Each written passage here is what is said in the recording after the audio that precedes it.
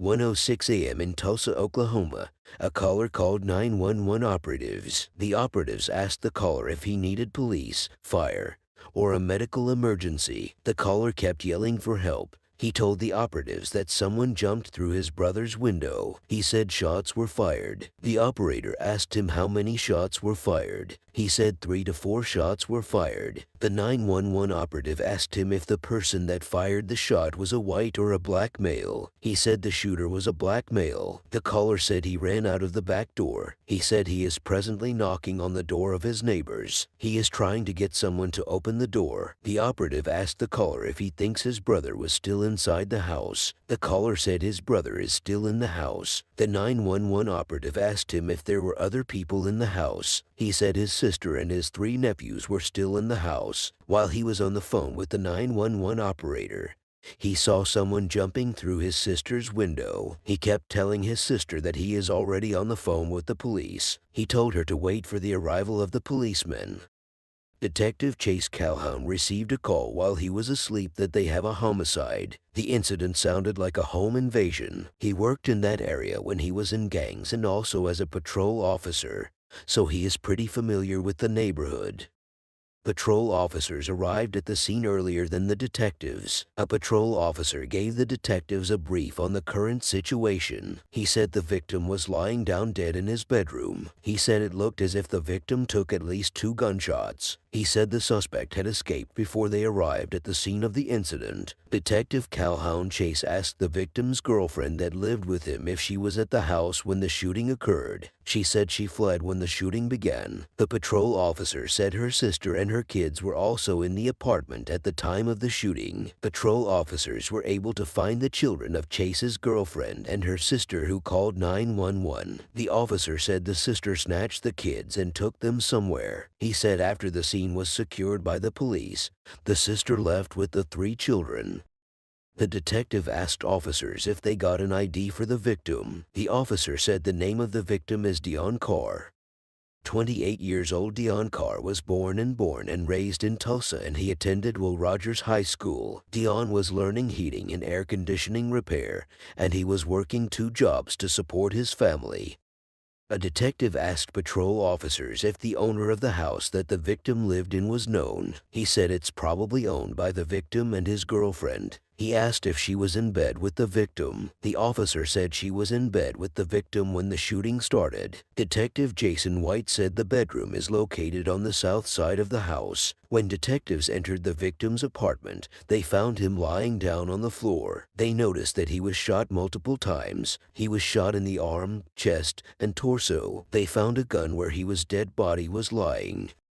The gun is a Taurus 9mm and 4 9mm casings. They noticed that the victim's window was open and there were blood stains all over the floor. Under the window, the team found a single Air Jordan shoe that had mud in its grooves. Detectives went to the back of the window to see what they could find. They noticed bloodstains at the back of the window too. They also found a shoe print at the back of the window. A detective said it looked as if someone entered the house through the window and was more than likely shot. He said if it was gunfire, then that was the best place for them to start.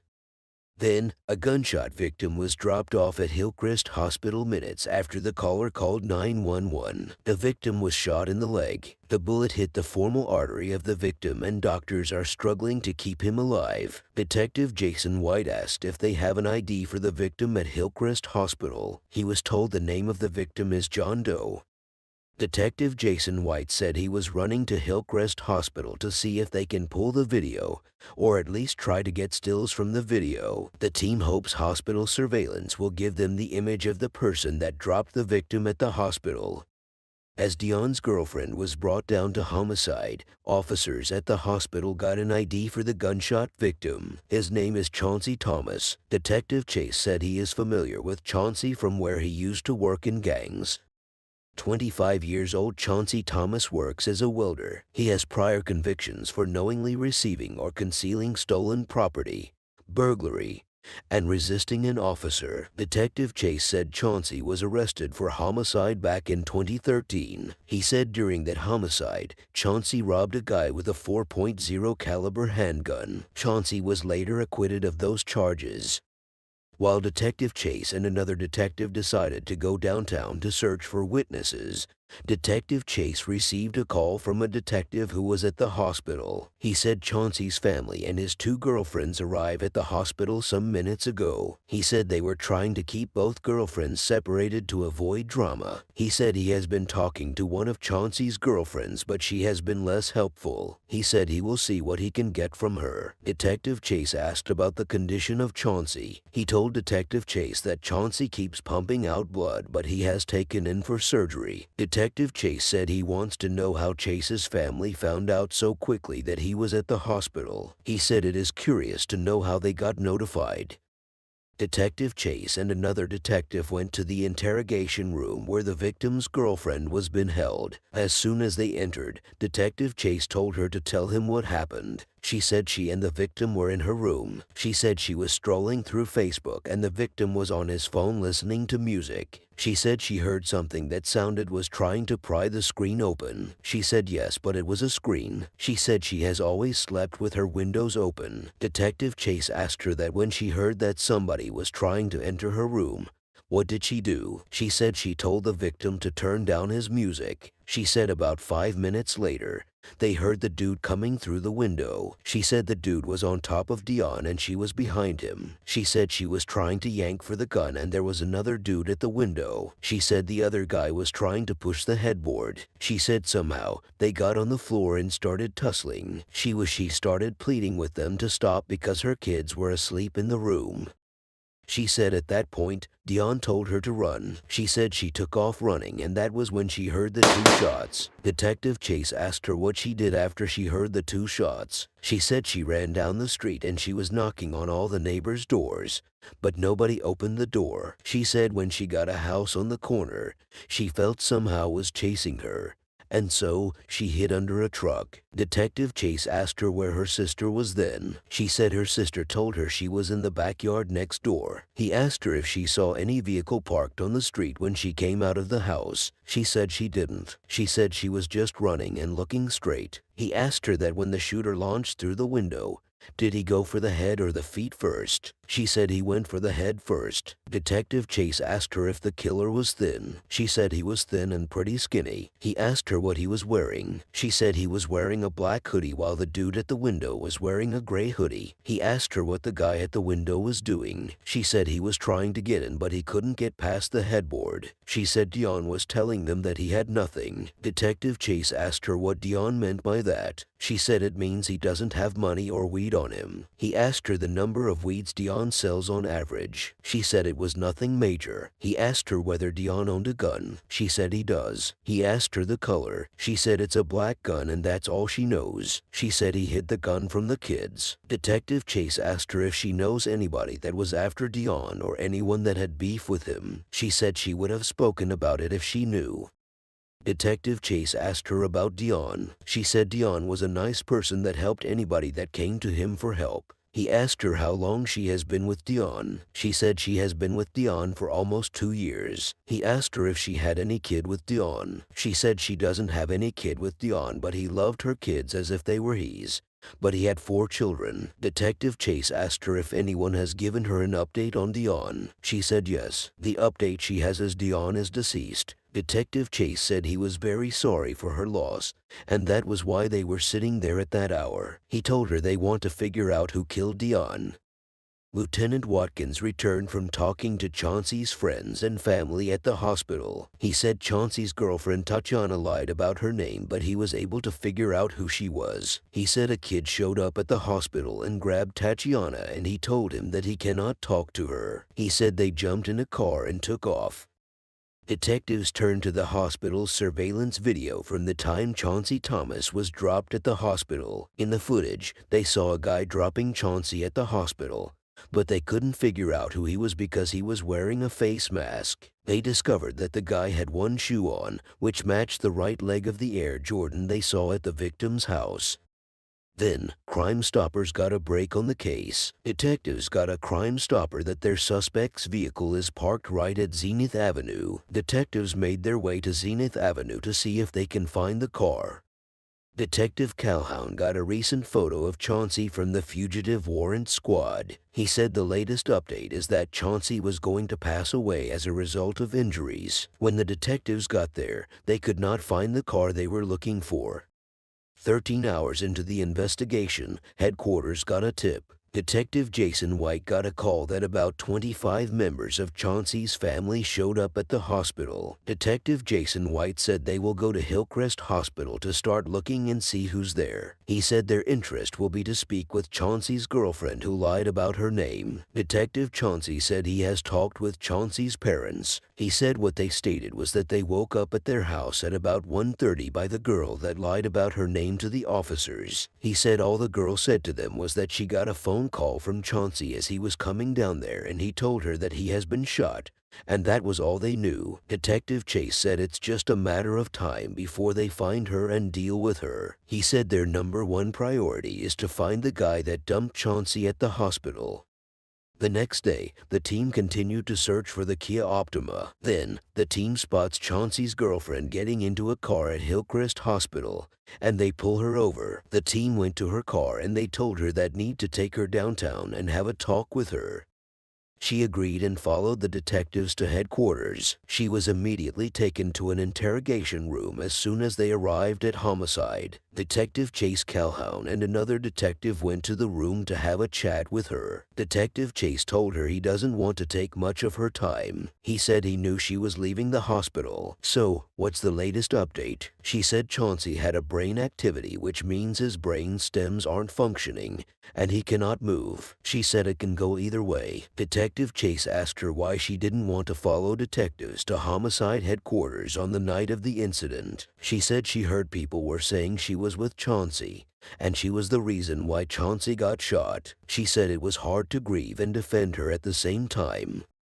Detective Chase said they have talked to a lot of people and his understanding was that when the deal went down, she received a phone call. He asked her the exact time she received the call. She said it was 1:06 a.m. She said Chauncey called her and told her that he has been shot. She said she thought he was joking at first, so she asked him if he was being serious. She said he told her that he was not joking about what he told her. She said he told her to meet him at Hillcrest Hospital, and he dropped the phone before he could hang up. She said at that point she kept hearing breathe. Detective Chase asked her if the voice she heard was that of Chauncey or not. She said the voice she was hearing was not Chauncey's voice. He asked if it was a male or a female voice. She said it was a male voice. He asked her if the voice was a voice she recognized. She said it was distant, so it was not easy for her to recognize the voice.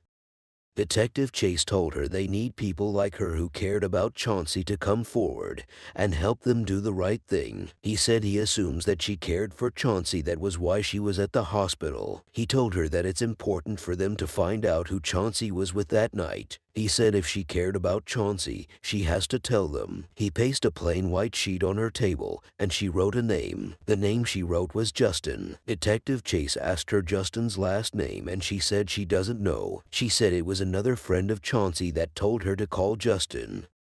Detective Chase said he is familiar with Chauncey's other friend from previous investigations. Chauncey's girlfriend said she called Justin and asked him what was going on. She said Justin told her that he dropped Chauncey off 20 minutes ago. She said he never answered her call after that day. She said it looked suspicious because Chauncey was not with anyone all day. Detective Chase asked her if Justin was at her apartment that day. She replied in the affirmative. Detective Chase asked her if the voice she heard the day Justin came to her apartment sounded like the voice that was saying breathe when Chauncey called her. She said yes. He asked her if Justin was a white or black guy. She said he's mixed. He asked her if Justin was on Facebook. She said there is a picture of Justin on Chauncey's Facebook page. Detective Chase told her to hang a second and he left the interrogation room. Detectives went on Facebook to search for Justin. After a few minutes of searching, they found a picture that fits Justin's physical description. They discovered that his surname is Harjo. 23 years. Justin Harjo has prior convictions for burglary and false declaration of ownership. Detective Chase went back into the interrogation room with the picture they found and asked Chauncey's girlfriend whether the person in the picture is the Justin she was talking about. She checked the picture and confirmed that it was Justin. Detective Chase asked her about the type of car Justin drove to her apartment. She said she has never seen the car. He asked her where Justin was staying. She said Justin has been staying with Chauncey's friend who gave her Justin's number. She said the friend was recently arrested for the possession of illegal weapons. She gave Detective Chase Justin's number. After he collected the number, he asked for a few minutes and left the interrogation room. As the clock winds down, detectives zero in on Justin Harjo. 10 days later, detectives learned that Chauncey Thomas died 3 days after the shooting as a result of a single gunshot wound to his leg. The bullet struck part of his femoral artery, which resulted in his death. Detective Chase said based on the evidence they had, he is confident that Chauncey Thomas was the shooter. But unfortunately, he is not alive. He said he would love to have interviewed him because he would have been able to tell them why they chose Dion and what the goal was. Justin and Chauncey's phone records finally came in. Cell phone tower data placed Justin and Chauncey together on the night of the murder. Detective Margaret found a number Justin was calling desperately on the day of the incident. She also found the address of the person. Detective Chase and Detective Jesse went in search of Justin at the address Detective Margaret pulled up. When they got there, they couldn't find Justin's car. The fugitive warrant squad placed surveillance on the house in case Justin returns. The next day, with no sign of Justin, fugitive officers followed someone that was seen leaving the house and pulled them over. The driver was identified as the person Justin called repeatedly on the night of the murder. Detective Chase took him to the back seat. He said the reason why he wants to talk to him is that he has evidence that he has been in contact with Justin Harjo. He said he has to follow them to headquarters for a brief talk. When they got to homicide, Detective Chase told him that they are carrying out an investigation, and they were able to develop that he has a relationship with Justin Harjo. He asked him the last time he spoke to Harjo was. He said he spoke with Harjo about a week ago. He said Harjo came in that night and he told him that his homeboy has been shot in the leg. Detective Chase asked him if Harjo mentioned homeboy or he specifically mentioned Chauncey. He said Harjo said Chauncey or 3. He said Harjo called his friend who was arrested for possession of weapons. He asked him what Justin was saying. He said Justin didn't say anything. He was just listening. He asked him whether Justin told him he was with 3 when 3 got shot. He replied in the affirmative. He said he told him that 3 went in through the window. He said the dude grabbed the gun. He wrestles and tussles with the dude and the dude shot. Then, he shot back. Then, 3 jumped out through the window. He asked whether the gun hit 3. He said the gun hit 3 and pulled him across the street. He said Justin owned the gun that led to his friend's arrest. He said Justin and Chauncey wanted to pull off a robbery to help their friend. A fugitive warrant officer joins the interrogation. Detective Chase asked him the kind of car Justin drove when he was with him. He said the car was a 4-door little and gray car. Detective Chase asked him where they can find the car. He said Justin told him that he needed to follow him to dump the car because there were blood stains in it. He said they got off on the highway, they saw a field and they pulled up to the right spot. Detective Chase asked what happened to the car. He said Justin set the car on fire with a lighter. He said he also used a can of paint as an accelerant. Detective Chase asked him where they went after Justin set the car on fire. He said Justin stayed at the house for a few days after the murder. He said after some days, Justin told him that he was going to see his baby mama because she has been texting and calling him. He said he asked Justin if he was going up there. Detective Chase asked him what he meant by up there. He said Kansas. He asked him if he thinks Justin is in Kansas presently. He said he thinks so. Detective Chase asked him the last time he spoke to Justin. He said it was about a week ago. He said Justin called him and was asking him if he has heard the news. He told Justin that he has heard the news. He told Justin that he has brought the heat to him. Detective Chase asked him if he knows where they could find the car. He said he believes the car has been towed to a local junkyard.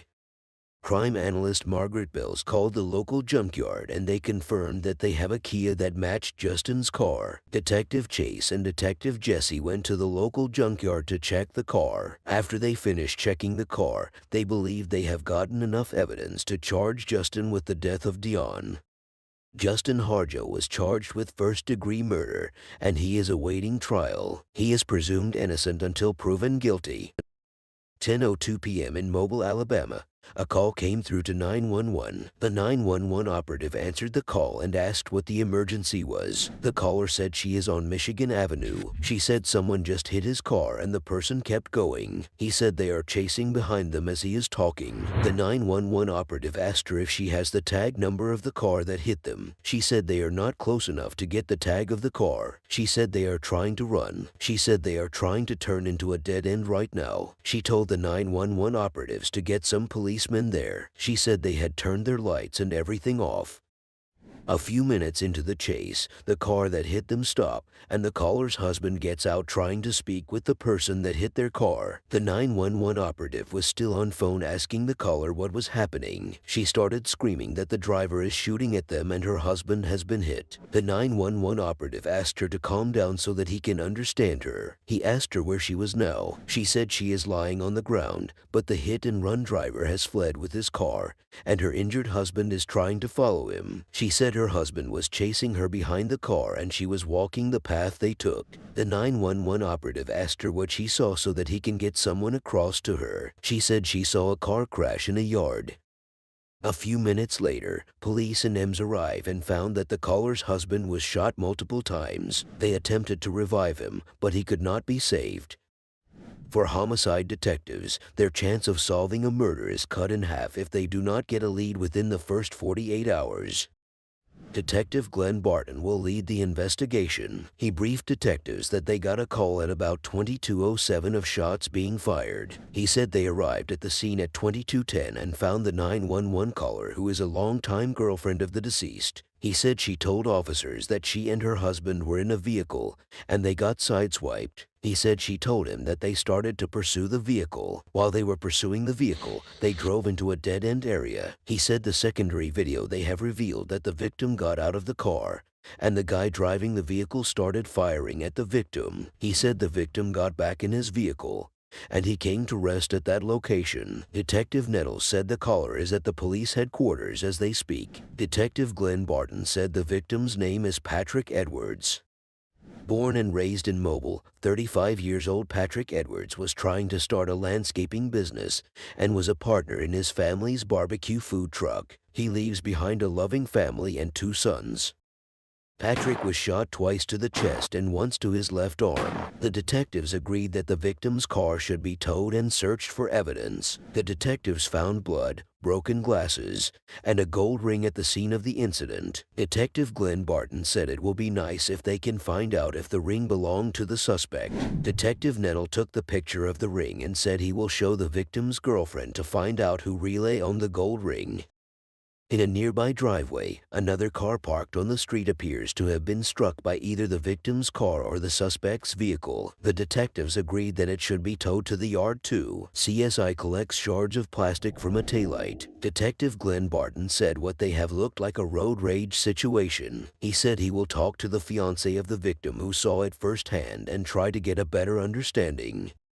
Detective Glenn Barton and Detective Julius Nettles returned to the headquarters to interrogate the victim's wife. When he entered the investigation room where the victim's fiancé was, he introduced himself and Detective Nettles. He consoled her, and he said he knows she will be going through a lot presently. He said he just wants her to tell them as much as she can remember about what happened. She said they were on Michigan Avenue headed towards the interstate, and a car came up. She said the dude hit them and then speeds up. She said the car hits them on the side like it was going around. She said it was like the car was flying and was trying to zip. Detective Nettles asked her who was driving the vehicle at that time. She said it was Patrick that was driving. She said Patrick told her to call the police, and they started following the car. She said they pulled up to the dead end and the car was sitting there with all lights turned off. She said they got out of the car and Patrick told him that he just hit their car. She said the window of the dude was up. She said the dude shot like 3 or 4 times out of his window. Detective Nettles asked if she heard glass break. She said they saw how the glass got broken. She said she started running trying to find somewhere she can lay down. She said he heard Patrick telling the dude that he shot him. She said the dude backed up and Patrick got back in the car and went behind him. She said the dude shot like 3 or 4 times again. She said when she got up, the dude was gone. She said when the dude left, She saw her car with the lights on. She said she ran over to Patrick and he was bleeding close to the truck he was seated. She said a few seconds later,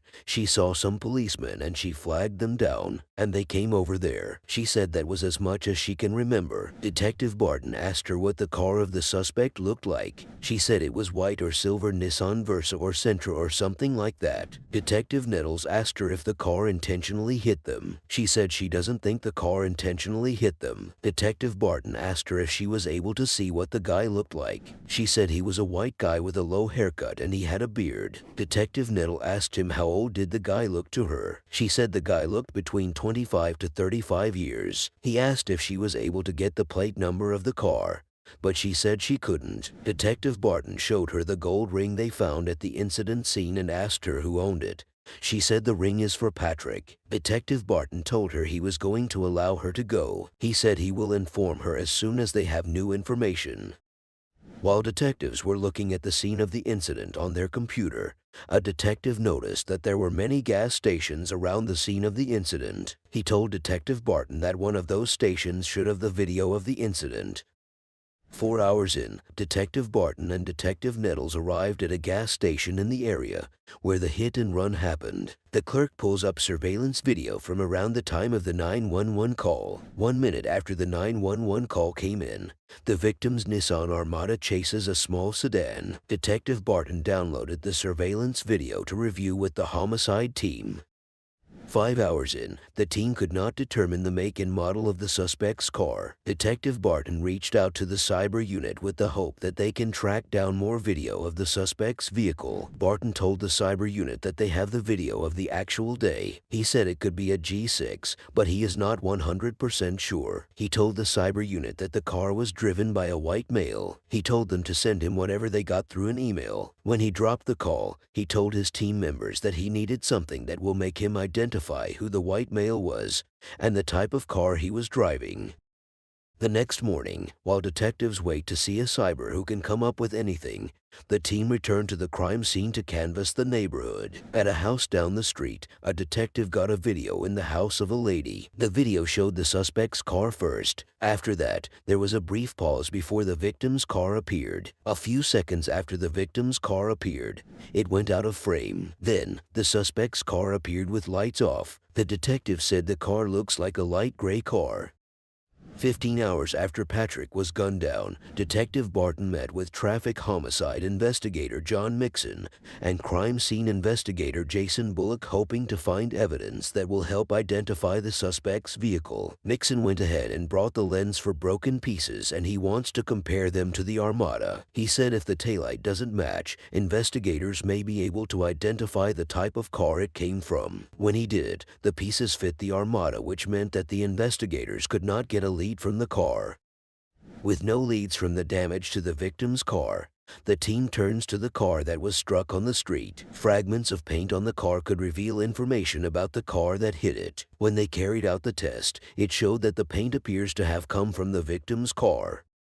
1 hour later, the search for more videos paid off. Detectives got a break. They got a very clear video of the suspect's vehicle before the shooting. 1 minute before the accident, a surveillance camera captured a silver Toyota Corolla driving behind the victim's car. He said it was consistent with what they were looking for. Detective Barton follows up with the unit that uncovered the video. Detective Barton asked them if they could track the vehicle. They told him that they were already doing that. He said he got them, but they haven't come up with a tag yet. They said not definitely. The cyber units were able to get a partial plate number from the video, and they have seen searching for a match. They said they will send anything they get to Detective Glenn Barton. 40 minutes later, the team found a silver Toyota Corolla registered to a man who matches the suspect's description using the partial plate number. His name is Trenton Thornton. 31 years old Trenton Thornton has no prior convictions. Trenton was a former Marine who did 2 tours in Afghanistan. Detective Barton said they will go to the area and try to put their eyes on the vehicle. A detective said the vehicle should have a lot of damage to it. He said if they see the vehicle, then they will take the suspect into custody. Detective Glenn Barton said he would be lying if he didn't tell the team that he is reserved than usual about confronting someone that is well trained like the suspect. He said the suspect has seen real combat and you have in the back of your mind if he has PTSD or if he is dealing with some serious trauma. He said all his actions indicate that he is very dangerous. He said he was going to send out the address, and then if they put their eyes on the vehicle, they will just hit the house. Detective Glenn Barton and Detective Julius Nettles, backed by several members of the homicide team, headed out to Trenton's last known address. They passed the house, but they didn't find the silver Toyota in the driveway. They decided to knock on the door to check if the suspect was at home. With no answer to the door, Detective Barton approached a neighbor. He asked the neighbor if he could give him their phone number. The neighbor gave Detective Barton the phone number of Trenton's mother. The neighbor told detectives that Trenton lived there when he was growing up before joining the military. Detective Barton asked the neighbor about the personality of Trenton. The neighbor said Trenton has never done anything really bad. He said he just does stupid things. Detective Barton thanked Trenton's neighbor and left for his car. While they were walking to the car, Detective Julius asked Detective Barton what he was going to do with the phone number. Detective Barton said he would either call Trenton's mom or talk to her if she could get her son to come in, or they could get an address from 2016 other than the one they came to. 20 hours in, the team heads to the second address they found for Trenton. While they were in the car, Detective Barton said when someone is military trained, it is a whole mother ball game. He said they have to take every precaution because they don't know if he is going to be armed to the teeth, and they don't also know his tactics. He said it's just another level to an already very hard job that they have. While Detective Barton was talking to the team members in his car, he received a radio signal from other team members in another car that it appears the vehicle they are looking for is in the front yard. They also said that it appears that the vehicle has damage to the driver's side of the front window.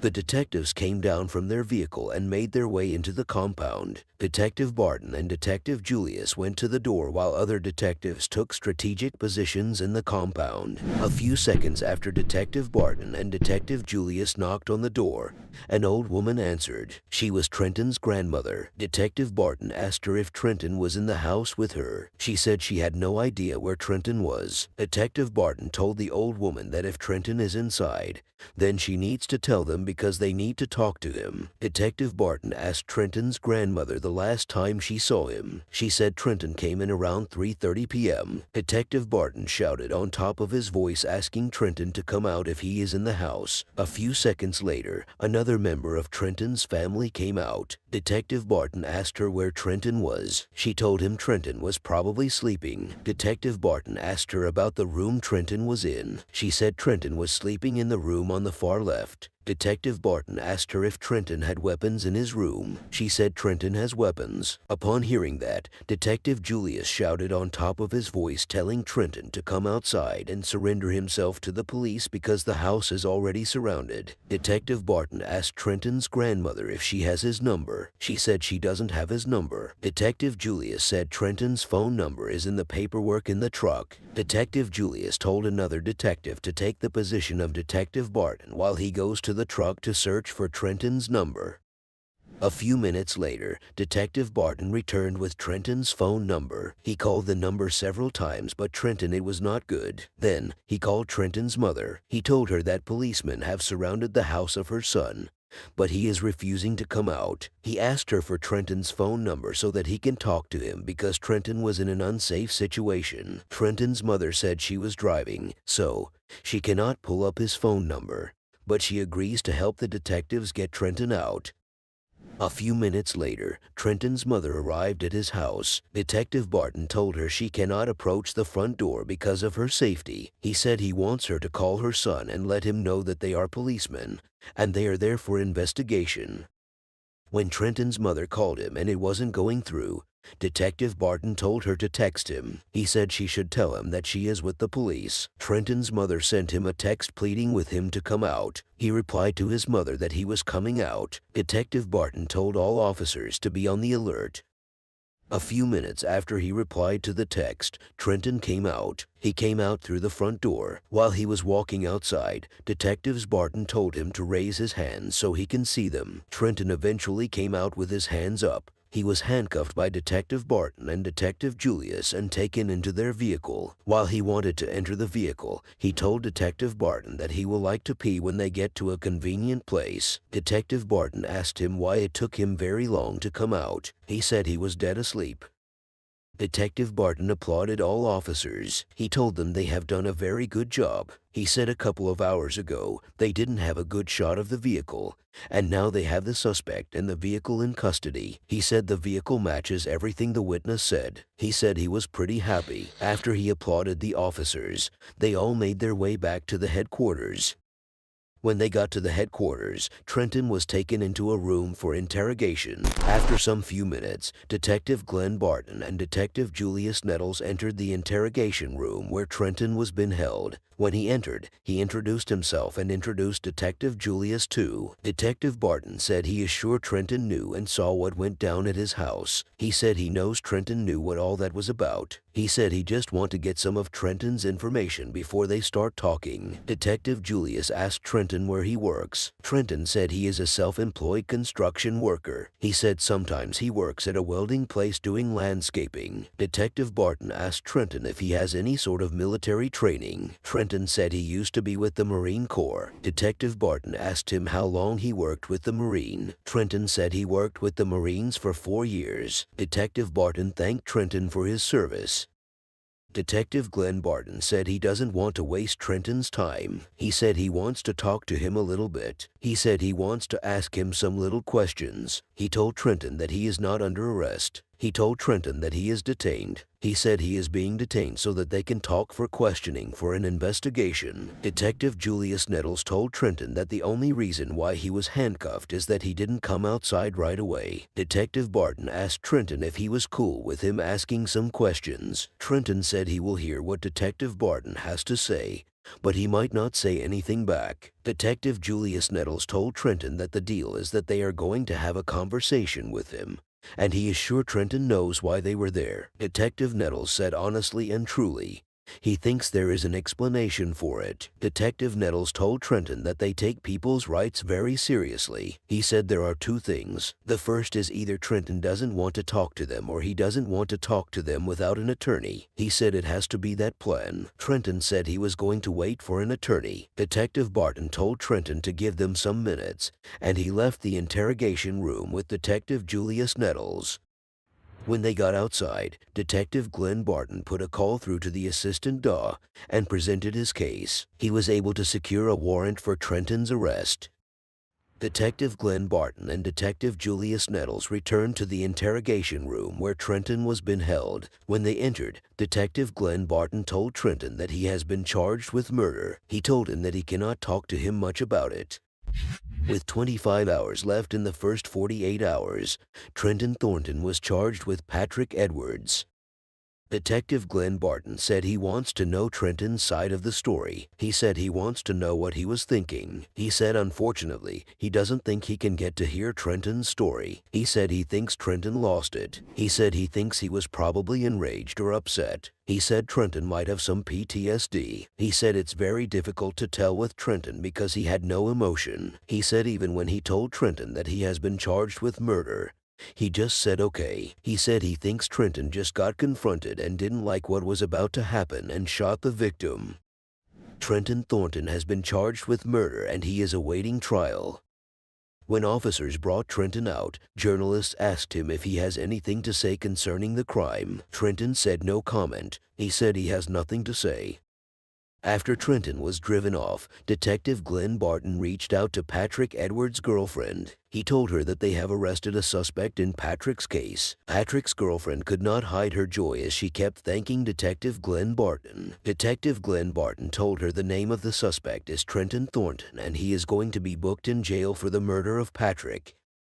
The next morning, the team searched Trenton's bedroom for the murder weapon. The team found a handgun, military grade along with a military-grade handgun, Rifle. Detective Glenn Barton said these are two weapons capable of committing homicide. He said it's hard to know because they do not have any casings. He said he is hopeful that they will get a casing in the vehicle when they search it. He said they were going to match it and see if the ballistic comes back to being fired from the guns they saw in Trenton's house. He said Trenton had enough firepower. He said he had ammo for days. He said he just thanked God that it didn't go a different way. The search of Trenton Thornton's vehicle led to the discovery of several bullet fragments, but no casings. Ballistic tests on the fragments were inconclusive. The murder weapon is yet to be identified. 1 year after Patrick's murder, Patrick's brothers and his son gathered at a river where Patrick used to fish. They said it was what Patrick likes to do. Patrick's son said fishing with his dad was one of his favorite moments. He said he wasn't ready when his dad left him. He said he thinks about his dad every day.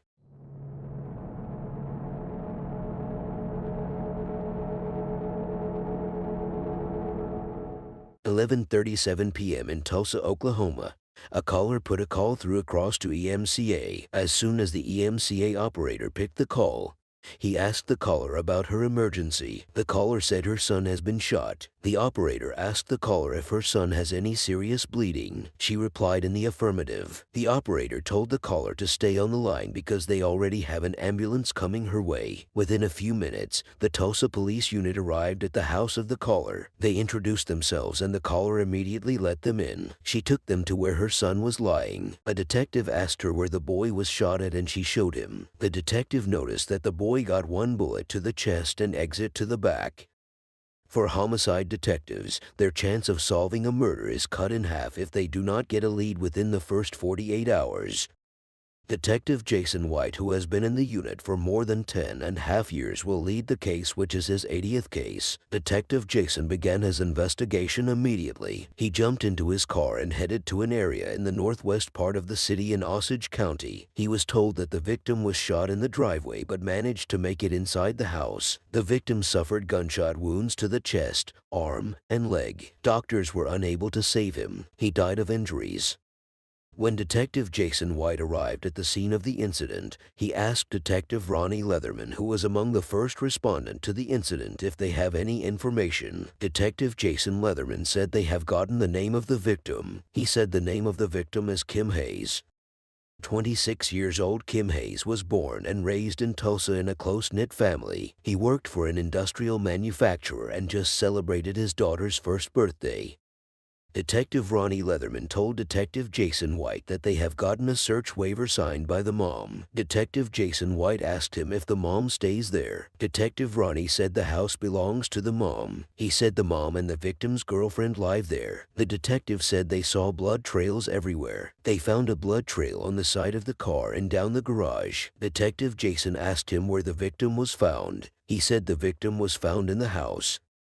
Detective Jason himself joined the detectives in the on-site investigation. When they moved to the garage where the detectives told him they found blood trails, they found a .380 gun with bloodstains on it. Detective Jason said it might be the victim's gun. A detective said maybe. When they walked down out of the garage, they found 5 casings scattered across the driveway and into the street. They also noticed that all the cartridges of the casings were .380 seconds. Detective Jason White asked if the victim has a phone. The detective told him that the victim's phone is in the driveway. He told him that he has a password for the victim's phone. The password is slime. Detective Jason White said it's an interesting password.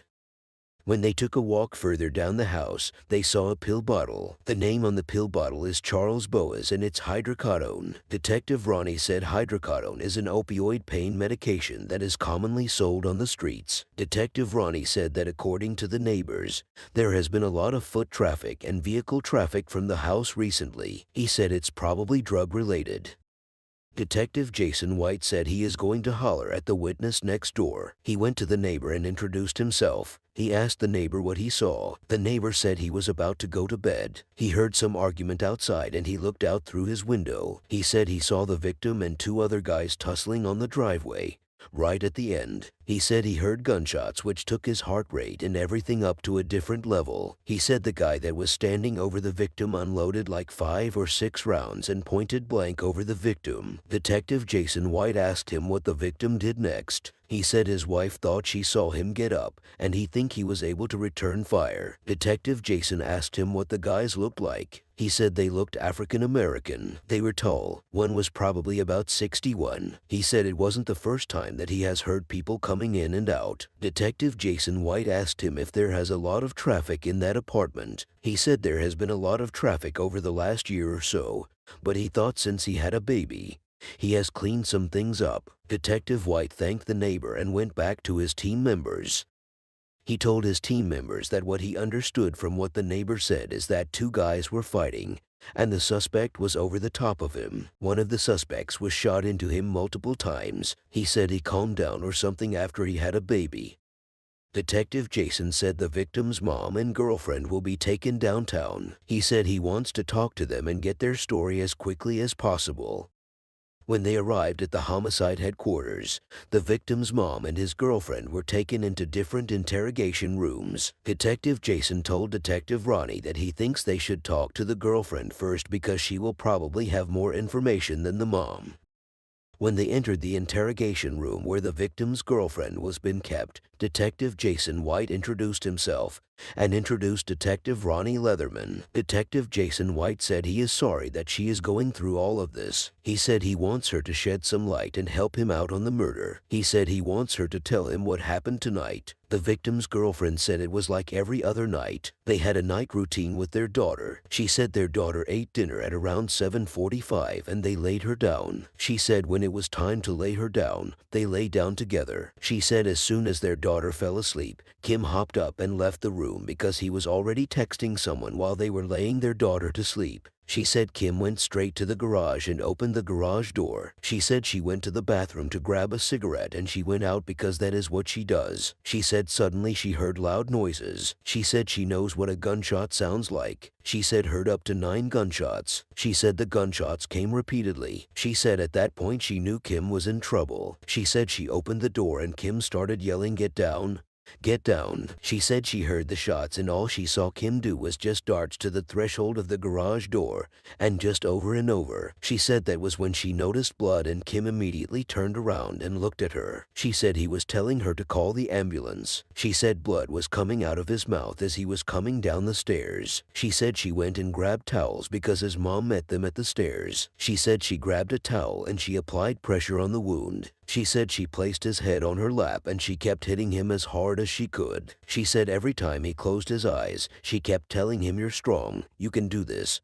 You're dumb, you've done this before." She said he was shot 3 times in the stomach last year.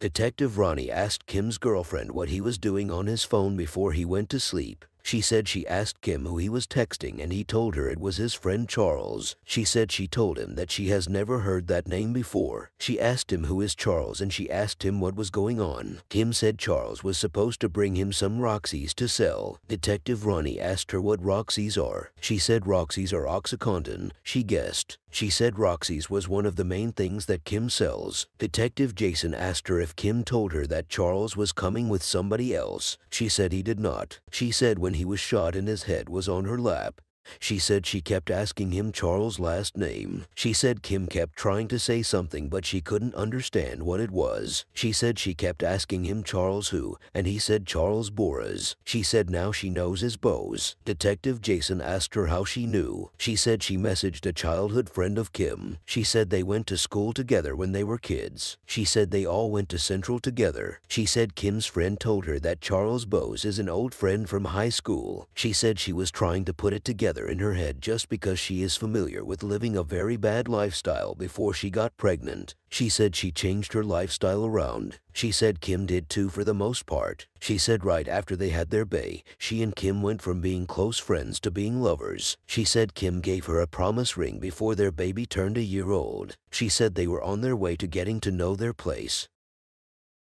Detective John commended her for being extremely strong because she has helped them with her statement. Detective Jason White turns to Kim's mother. He asked her what happened that night. She said she was downstairs watching Longmire. She said she just heard some rat-a-tat-tat bangs. She said the next thing she knew was they were coming in the front door and Kim was saying he has been shot. Detective Jason asked her if she heard Kim talk about who shot him. She said she did not. He was just in a lot of pain. Detective Jason asked her if she knows anything about what Kim has been doing or if he has a lot of people come over for various reasons. She said no because there is a lot she doesn't know. She said she doesn't know what her son has been involved in, but he promised her that he was not involved in anything. She said she is not saying he is innocent or not, but Kim was doing fine because he was working every day.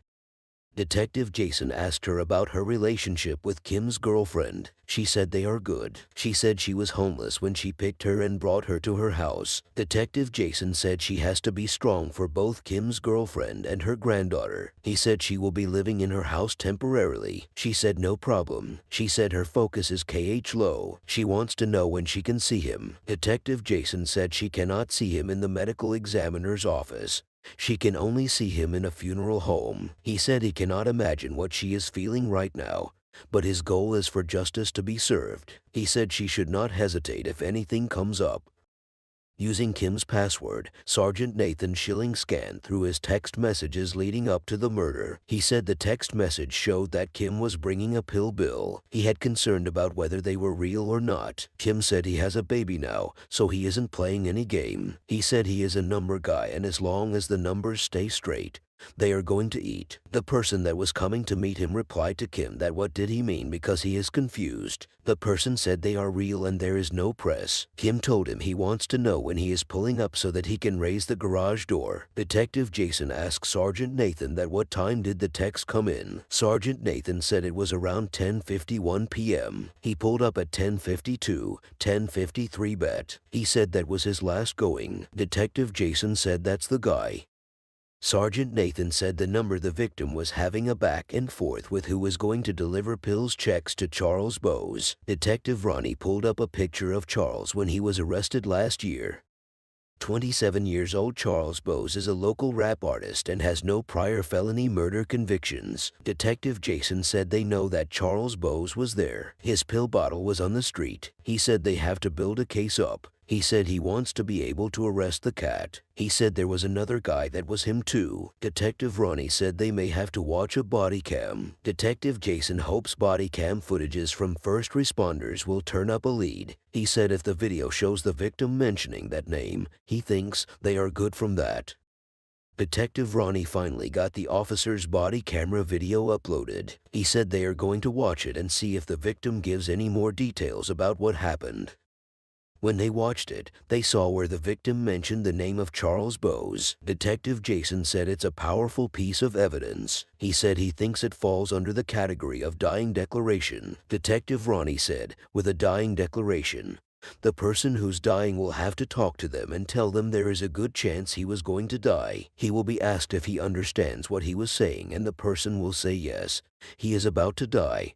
But this is the person who did it. Detective Ronnie said if it passes through those stages, then it can be used as evidence in court. He said hopefully they will be able to use it as a dying declaration. He said he doesn't think it is going to be an issue as far as getting Charles Bowes arrested. He said there was a pill bottle where the shooting happened that had his name. Also, he was the last person Kim was talking to. He thinks that they have plenty piece of evidence to get him. Detective Jason said they will put everything together the next morning, and they will submit it to the DA so that they can get an arrest warrant. Detective Ronnie said there is still the question of the second person when the shooting happened. He said just because Charles was there doesn't necessarily mean he was the shooter. He said it could be the other guy that they do not know about. 38 hours after Kim was murdered, Detective Jason said they have gotten the warrant signed for Charles Bowes. He said he has notified the Fugitive Warrants Unit to start the hunt for Charles Bowes. The team headed to several known addresses for Charles Bowes, but one after the other, they came up empty. In the first 48, Tulsa Homicide responded to the murder of Kim Hayes, who was gunned down in his mother's driveway. Detectives learned that an eyewitness saw two men struggling with Kim before one of them shot him. They discovered that Kim made a dying declaration naming Charles Bowes as one of the suspects, but they have been unable to track him down. 18 hours into the search for Charles Bowes, Detective Jason said the fugitive warrant guys said they have been setting up surveillance on the potential house where Charles Bowes may have been staying. They have set up surveillance in that location and apparently, they have followed him to another location. He said they have him spotted. He is presently sitting in a car. He said they are maintaining surveillance at the moment. The fugitive warrant finally arrested Charles. Detective Jason said whether he is the shooter or not, they will probably get to know. He said Charles doesn't seem like somebody that is a criminal type. Detective Jason said he wants to know who the second guy is, and he is hopeful that Charles Bowes will tell him. Nearly 3 days after Kim was murdered, Charles Bowes was brought to homicide. As soon as he entered homicide headquarters, he was taken into an interrogation room for questioning. Detective Jason White immediately moved to the room to interrogate Charles. When Detective Jason entered the room, Charles was lying on the floor. Detective Jason told Charles to sit up. Charles disagreed. He said he wants a lawyer. Detective Ronnie entered the investigation room and told Charles that they need his fingerprint and his DNA. Detective Jason told his team members that Charles said he wouldn't speak to them. Detective Ronnie said the witness who lived next door saw some sort of a physical altercation. He said if you look at Charles' hand, it was taped up. Detective Jason commended Detective Ronnie for good observation, and he told him he was going to photograph that. Detective Jason said Charles will have to be transported to Osage County. When the detectives that were going to transport Charles entered the interrogation room, they saw him doing something. The detectives asked Charles what he was doing. Charles said he was spelling something out. When he was taken out, detectives went to the room to see what Charles was spelling. They noticed that he spelled out innocent. Detective Jason White said the evidence they have does not support that right now. With no leads on the second suspect, detectives headed back to Kim's neighborhood with the hope that they will get someone in Kim's neighborhood that might have the surveillance video from the night that he was murdered. They looked at all the videos of the people in Kim's neighborhood, but they didn't get anything. 2 months go by without any leads, and then detectives got some welcome news. Detective Jason told his team members that they will go to Pawhuska to visit Charles Bowes. He said Charles' attorney reached out and indicated to them that Charles was willing to tell them the story. Detective Jason said he thinks Charles has seen that the case against him is incredibly strong, and he doesn't have much of a choice than to try to have a little self-preservation. Detective White and Detective Ronnie Leatherman headed to Pawhuska in Osage County where Charles Bowes has been held. When Detective Jason met Charles, he introduced himself, and he told Charles that his attorney reached out to him that he wanted to tell them the story about what happened. Charles claimed Kim put him in touch with a man who was going to buy his prescription drugs. Detective Jason asked Charles how he got played. Charles said he gave Kim some pills, and he gave him an envelope with some napkins in it. Detective Jason said, and he left before he realized that he has been screwed over. He said yes. Detective Jason asked him how much they were talking about that his buddy ended up taking him for. Charles said it was like $600 or $700. Charles said, so he hit Kim up to tell him who the dude was because he was going to beat him up for scamming him. He said Kim didn't want to give up the dude because he didn't want to be in the middle of it. Detective Jason told Charles that there is a lot of messages on Kim's phone between the both of them about pills. He said both of them were discussing a transaction. Charles said it wasn't a transaction. He said he told Kim that if he gets the dude over there and lets him get on one-on-one with the guy, he will let him have the pills. He said he told Kim that he set him up. He said he told Kim that they have known each other for a long time. He shouldn't have done what he did. He said after that, he punched Kim and they started fighting. He said he ended up slamming Kim on the ground. He said Kim had his arms locked into where he couldn't move his arm. Detective Jason said what happened after that. Charles said his cousin pulled him off Kim. When he pulled him off Kim got up and started reaching like he had something. He said then he heard shots go off and he took off running. Detective Jason asked Charles that who was his cousin, that kinfolk that came over there with him. Charles said his name is Lawrence. Detective Jason asked Charles if his cousin was worried after the incident happened. Charles said he knew he was worried because he knows he is not that type of dude. Charles said it was like some type of situation, but he hopes he didn't screw his cousin up. Detective Jason asked Charles if he knew that Kim died. Charles said he didn't know until 2 days later. Charles said he didn't know anything happened because Kim was popping back. Detective Jason thanked him and he left.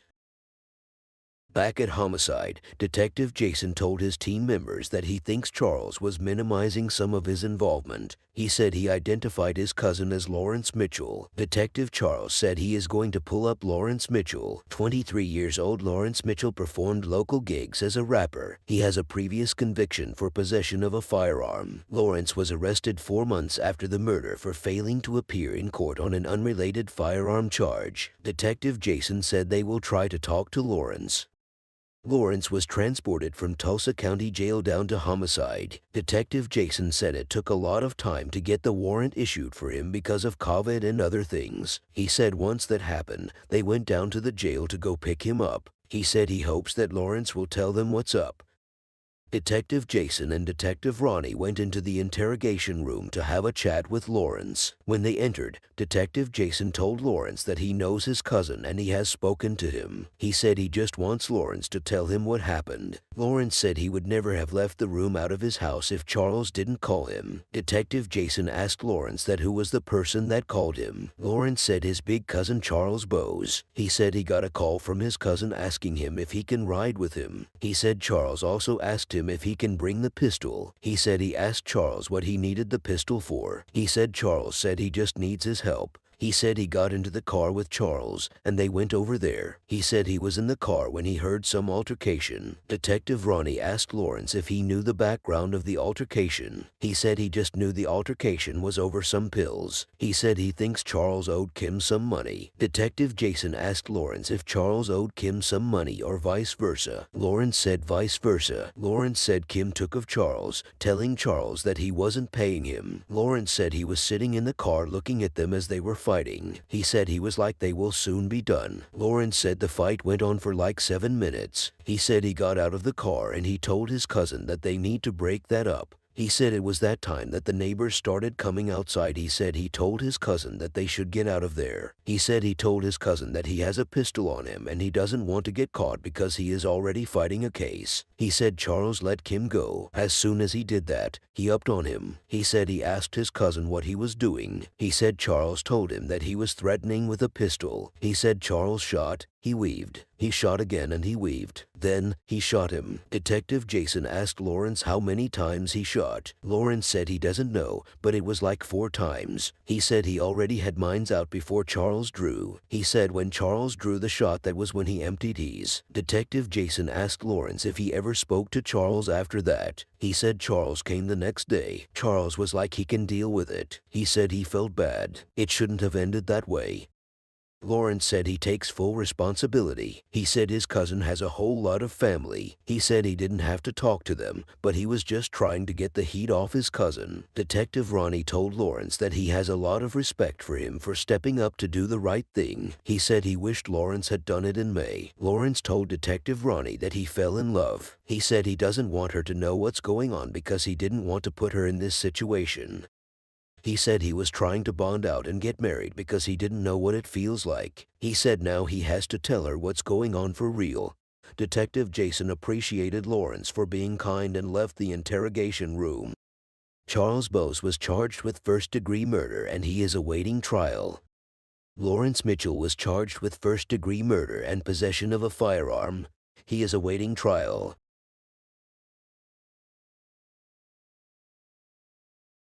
The First 48 Hours, Season 22, Episode 3, A Beautiful Life.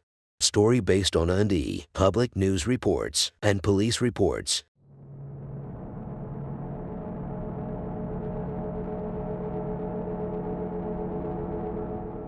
At exactly 9 a.m. in Tulsa, Oklahoma, a caller called 911 to report an emergency. When the 911 operator answered the call, he asked the caller if she needed police, fire, or medical. The caller said he needs police and probably medical. The operator asked the caller for his address. The caller said it's behind a field 129th of McDonald's and Admiral. The operator asked the caller what was going on. The caller said a kid lying in the middle of a dirt road. He said the victim is a teenager and he is lying face down. The 911 operator asked the caller if the teenager is moving or breathing. The caller said he is not moving and breathing. He said he thinks the teenager is dead.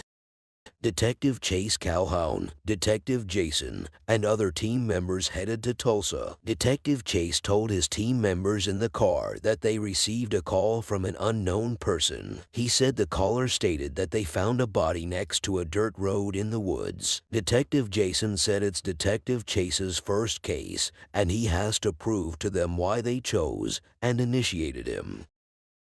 When the team arrived at the dirt road, they found the teenager lying face down just as the caller said. Detective Chase said the teenager should be 15 or 16. He asked the first respondents if they have gotten an ID for the teenager. They said they haven't. The detectives noticed bloodstains on the leg and back of the teenager's head. They also noticed that the teenager's pocket was turned on. Detective Jason said the pocket been turned on maybe due to the grabbing of the teenager's cell phone by his killer. Detective Chase asked the first respondents how long has the teenager been dropped there. Detective Jason said he thinks it's not more than a day. While detectives waited for the medical examiner, Detective Chase Calhoun spoke to the 911 caller. Detective Chase asked the 911 caller if he lives there. The 911 caller said he lives in his van. Detective asked the 911 caller if he was just cruising through the dirt road when he found the teenager. The caller replied in the affirmative. He said he was just on his way out when he saw the body lying there. Detective Chase asked the caller that when was the last time he drove through there. The caller said yesterday. Detective Calhoun asked him what time. He said 11:30 p.m. Detective Chase asked the caller if he saw the body when he drove through there the last time. He said he didn't see the body. 2 hours in, the ME discovered that the teenager was shot once in his chest. They also saw foam which the ME said could be from the inside of the car of the suspects. They noticed some marks on the body of the teenager. The ME said it looked like the boy was drugged and swabbed on his wrists and his ankles. The ME said DNA swab will be tested to look for trace evidence of a suspect. They will also take his prints back to the lab. Detective Jason said they should take photos of the victim's shoes and necklace. He said the photos will stand out for somebody. Detective Jason said the case is challenging, especially as it is the first case for Detective Chase. Detective Jason said once they find out who the teenager is, it will be 300 more pieces to the puzzle. He said after that, the family will be on board, and they will start finding out and getting leads. Detective Jason said the case will cause outrage because the boy is too young. Back at Homicide, Detective Chase Calhoun got an update from the crime lab. The crime lab was not able to identify the teenager by his fingerprints. Detective Jason said they should release the photos of the victim's shoes and necklace to the media. He said he hoped they will be able to get a lead if they do that. Detective Chase was also monitoring the city of Tulsa's 911 calls to see if anybody will call in about a missing person. The photos released by the team lead to a broadcast. An hour after the broadcast, a woman called in. She said her fiance's little brother, 16 years old Darren Wilson, has been missing since last night. Sergeant Walker, who was the detective that answered the woman's call, asked her if the victim had a Facebook page. The woman said the victim had a Facebook page in his name. When detectives searched for the victim on Facebook, they found a picture that was consistent with his eyebrows, hair, height, and weight. Detective Jason said the picture they pulled out of Facebook has to be the victim. After the search, Sergeant Walker reached out back to Darren Wilson's family. Sergeant Walker asked the victim's family if there is anyone that can identify the victim from a picture. The family members said Darren's loved ones are gathered at his mother's house. Sergeant Walker said they will be on their way to the victim's mother's house. After a few minutes, the team led by Detective Calhoun arrives at the house of the victim's mother. Detective Calhoun met Darren's sister-in-law LaJohnny Wilson and showed her the photo of the victim. Immediately she saw the picture, she started crying. She told Detective Chase that the person in the photo is Darren Wilson. Detective Chase consoled her and other family members. He said he knew what they have been going through since the victim was declared missing. The 16 years old Darren Wilson is known to friends and family as Dada, attended East Central High School, where he played football and competed in track and field. He had hopes of going to college and playing Division I football. Darren left behind his parents and 3 siblings. Detective Chase asked Darren's sister-in-law if Darren's mom is there. She showed Detective Chase Darren's mother. Detective Chase told Darren's mother that her son was shot. He said her son was found in a field. Darren's mother asked Detective Chase if he think Darren was dropped off in the field. Detective Chase said that is what he knows. Detective Jason approached Darren's mom where she was standing and crying. He told her that they need the family. He said they need people who might have been hanging out with Darren last night. Darren's mother said he told her he was going to play basketball. Detective Jason asked her the time Darren left home to play basketball. She said it was around 5 the previous day. She said Darren told her that he was going to spend the night with his friend.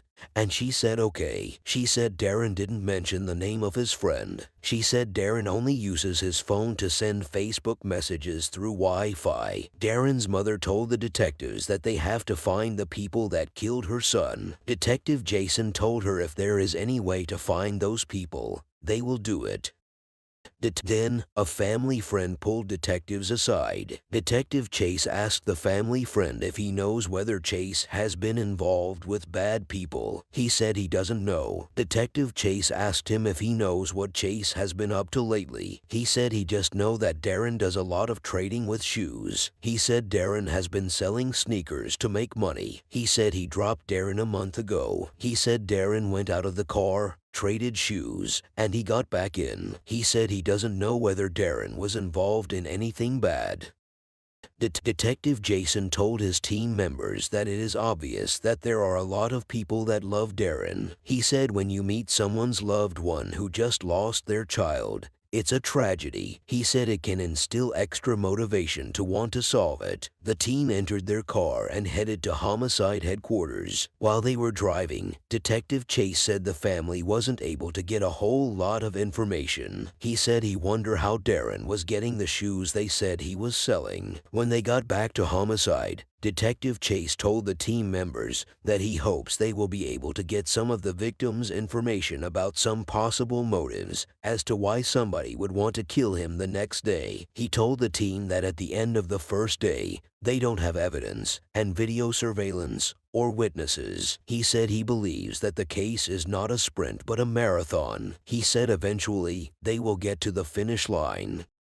The next morning, Detective Calhoun got a warrant for Darren's Facebook messages, hoping to identify who Darren met with the night he went missing. 26 hours in, the team got an update from Darren's autopsy. A small caliber bullet was recovered from Darren's chest. Based on the bullet trajectory, the ME believes that the shooter was standing over the victim. Detectives believe that the pieces of foam that were found on Darren's shirt were from the car he was shot in. The MEs did not find anything in the head for injuries. Then, the team got a recorded tip from the Crime Stoppers hotline. The voice in the recording said he has information on Darren. He said he thinks Darren was set up. He said just message me. After the team listened to the recording, Detective Calhoun sent a text to the tipster, and he immediately hears back. The tipster sent a message to Detective Chasing informing him that he can talk. The tipster said he was going to meet Detective Calhoun at the strip mall. Detective Calhoun and Detective Jason immediately entered their car and headed to the strip mall to meet the tipster. When they arrived at the strip mall, they met the tipster who was already waiting for them. Detective Chase introduced himself and introduced Detective Jason too. He told the tipster that they appreciate him for calling them to give them information. The tipster said Darren was a good kid. He said he didn't like the way Darren died. Detective Chase asked the tipster how well he knew Darren. The tipster said he and Darren played football together. Detective Jason asked the tipster about the stuff that Darren got into. The tipster said he think Darren was just selling shoes. Detective Chase asked the tipster if Darren was stealing or taking stuff that does not belong to him. The tipster said he thinks Darren was stealing the shoes he was selling because he was selling shoes that were worth $200 at the rate of $100. The tipster said the night before Darren went missing, he met with Darren to buy sneakers. He said after he left Darren, he went to meet a mutual friend. He said he told his friend that he got the shoes that were with him for $100. He said his friend asked him whether he got the shoes from Darren because Darren just sent him a picture of that shoe for $100. He said Darren had a plan for the $100. He said Darren wanted to buy a small gun the next day. Detective Chase asked the tipster if Darren was going to buy the gun from his mutual friend. The tipster replied in the affirmative. He said the next day he found out that Darren was dead. Detective Chase asked the tipster if he knew whether Darren met with his friend. The tipster said he doesn't know. The tipster said once he saw the description of how Darren died, he knew it was sketchy. He said he knew his friend did something with Darren. He said after he heard of Darren's death, he tried contacting his friend, but it was his mom that picked up. He said the mom told him that his friend is not there. The tipster said he thinks Darren was set up when he was trying to buy a gun. Detective Chase appreciated the tipster and told him to give him a call if he has any information. When they returned to homicide, Detective Chase told the team that they will run on the guy that was trying to sell the gun to the victim the next day. He said they are going to solve the case. He said it is his first homicide case, so it has to happen. In the first 48 hours, Detective Chase Calhoun identified a body that was found dumped in a field as 16 years old Darren Wilson, and learned from a tipster that on the night Darren went missing, he was trying to buy a gun. Now, Detective Chase Calhoun needs to track down the young man who was going to sell the gun to Darren. 3 days in, Detective Calhoun looks up the tipster's friend and found a phone number for his mother. Detective Calhoun reached out to the mother of the tipster's friend. He told her his name and his place of work. He told her that he called about her son because he wants to talk to him. She said she hasn't seen her son since the night that Darren went missing. She said she didn't know he was gone until the next morning because he had put something in his bed to make it seem like he was there. Detective Chase asked of his cell phone. The mother said they had just taken his cell phone. She said she hasn't had any communication with him. Detective Calhoun told the mother that he is going to need her help. The mother agreed to call Detective Calhoun if she finds her son. A few hours later, the mother called Detective Calhoun that she found her son, and she brought him back home. Detective Calhoun told the mother that he is heading her way immediately. When detectives arrived at the house, the mother agreed that she will allow her son to talk at homicide. The detectives left the house with the boy and headed back to homicide. When they got to homicide, the boy was taken into an interrogation room for questioning. Detective Jason and Detective Chase were the detectives that entered the room to interrogate him. When they entered, Detective Chase introduced himself and introduced Detective Jason. He asked the boy if he knows why he was there talking to them. He said it's because Darren is dead. Detective Chase asked the boy that when was the last time he hung out with Darren. He said he hung out with Darren a couple of weeks ago before school ended. He said the last time he saw Darren was about a month ago, but they talked on Tuesday and Wednesday. Detective Jason asked the boy what he and Darren talked about. He said he needs him to be 100% honest with him. The boy said Darren was trying to buy a gun and he knew some people that were selling guns. He said Darren called him and told him that he has $100 and he needed a pistol. He said around 8 p.m. on Wednesday, he talked with Darren. He said he told Darren that he doesn't know if he can get the pistol, and he pushed the away from the conversation about the gun. He said that was the last time he spoke to Darren. Detective Jason asked him what happened next. The boy said he heard that Darren died around 2 p.m. on Thursday. Detective Chase told the boy that it looks a little bit funny that he and Darren were talking about buying a gun, and then Darren disappeared, and he also disappeared. Detective Jason asked the boy if he understands how it looks like, and he replied in the affirmative. Detective Jason said what it looks like. The boy said it looks bad.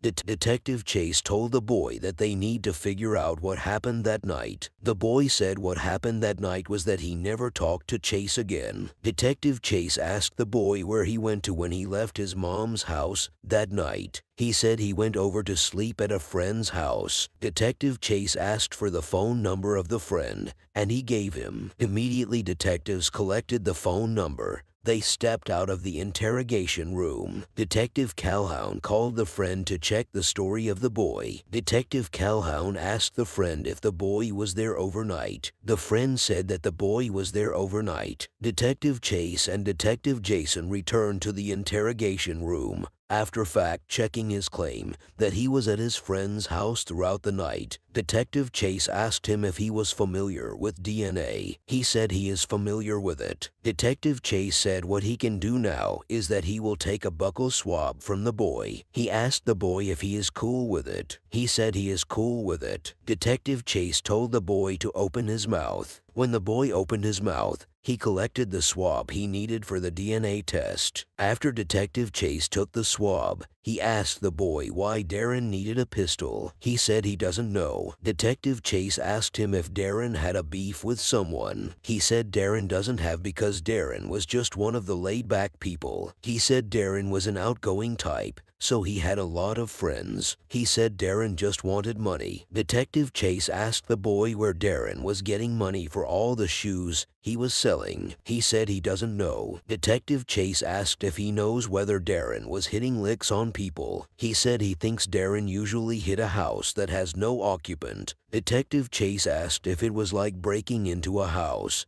and the boy said yes. As day 3 continues, one of Darren's family members called detectives with a potential lead. He said words on the street were that Darren reached out to a second man looking to buy a gun. He said Darren met with the guy the night before he died. Corporal Nathan Schillings followed up on the lead. He got to know that the suspect is wanted in a shooting. He got to know that police had stopped a suspect couple of months ago after his warrant came out, but he ran from the police, and he has been on the run since then. Detective Calhoun called the warrant squad to try and bring the man in on his unrelated warrant. 12 more days went by with no sign of the second man that Darren tried to buy a gun from. Detective Calhoun was in his office when he got a call from the crime lab. The crime lab told Detective Calhoun that DNA from an unknown male was found on Darren's ankle, but it doesn't match the DNA of the first young man that Darren tried to buy a gun from. 15 days into the investigation and desperate for leads, an inmate from a neighboring city jail claiming to have information about the murder reached out to Detective Calhoun. The inmate claimed that the second man that Darren wanted to buy a gun from asked his father to hide a pistol for him. The inmate claimed that the potential suspect left the gun at a motel where his father stays. She said the gun could be related to the murder. Detective Calhoun hopes that they can put pressure on the father to tell them where his son is. 6 hours later, with a search warrant in hand, the team stakes out the father's motel room. Warrant's detectives spotted the father approaching his room. Detective Calhoun radioed his team that he wants a couple of guys to go ahead and get up on the door of the suspect's father so that he doesn't get back out of the room. He said he will be right behind them. As soon as the suspect's father entered the room, Detectives approached the door and told him to open his door. The team handcuffed the suspect's father and searched his room. Detectives found drugs, but they didn't find a possible murder weapon. The team arrested the father for the drugs they found in his room. Detective told the father that they will let him go if he can tell them where his son is. Detective Jason said he is hopeful that the father will shed more light on where his son is. When Detective Calhoun interrogated the father, he agrees to help detectives track his son. The dad told detectives that he was going to check back some things and get back to them. Detective Chase said he hopes the dad comes up with something concrete. 3 days after detectives spoke with the father, he gave them a location for his son. The detective met his son at the location, and they brought him in on his outstanding warrants. Detective Calhoun entered the investigation room where the boy was being held, and he introduced himself to Bai. Detective Calhoun noticed that the boy was crying, and he asked him why he was crying. Detective Chase told the boy that the reason why he wants to talk to him is about Darren. Detective Chase asked the boy if he was with Darren the night he died. He said he wasn't with him because he hasn't seen him for over a month. He said Darren was like a blood brother to him. He said he is the last person that will try to hurt him. Detective Chase asked the boy if there is any reason why his DNA will be on Darren's body. He said no. Detective Chase asked him if he will be willing to give him a swab. He said he is ready to give Detective Chase everything he needs right now. Detective Chase asked him if he knew the person that killed Darren. He said he doesn't know. He said all H was ready to tell Detective Chase all he knew about Darren. He said he learned about Darren's murder the day his body was discovered. He said that his girlfriend tried contacting him through Facebook the night before he was murdered. He said he looked at his Facebook and he saw Darren's message asking him if he knows where he can get any tools at the rate of $150. Detective Chase asked the boy about his Facebook page. He said he will give Detective Chase his password if he wants to access his Facebook. Detective Chase asked the boy that he heard that Darren has been hitting licks lately. He said that was how Darren got the shoes he sells. He said that was what he knew about him. Detective Chase told the boy to open his mouth so that he can get his swab. After collecting the swab, Detective Chase told him that he is going to jail that night because of all the warrants. He said he knew. Detective Chase left the room and took the swab to the medical lab. The second man's DNA was compared to the sample that was found on Darren's ankle, but it didn't match. Finally, 13 months into the investigation, Tulsa PD brought someone in who claimed that they heard information about Darren's murder. When he was brought to homicide, Detective Jason and Detective Calhoun went to the room where he was kept to interrogate the witness. When they entered, Detective Calhoun introduced himself and introduced Detective Jason. Detective Calhoun asked the witness that he heard that he said he had information about a homicide that happened a year ago. The witness said they heard a man admitting to picking Darren up. He said Darren and the man were in the back seat of the vehicle when the man shot Darren. Detective Jason asked the witness what the suspect did with Darren. The witness said they heard the suspect and his friends dump Darren in an area that matches up with where Darren was found. Detective Calhoun asked for the suspect's name. The witness gave Detective Calhoun the suspect's first name and Facebook profile. Detective Calhoun left the interrogation room to look up the suspect in the database. According to their records, the suspect was recently arrested with a small caliber gun. A detective said that could be the murder weapon. The suspect was released from custody, but his gun was still in police evidence. Detective Chase said he has to follow up with the crime lab for some testing on the firearm to see if they can get a ballistic match. He said if it matches, then, based on the story that they were given, it will be enough evidence to get an arrest warrant issued for the potential suspect.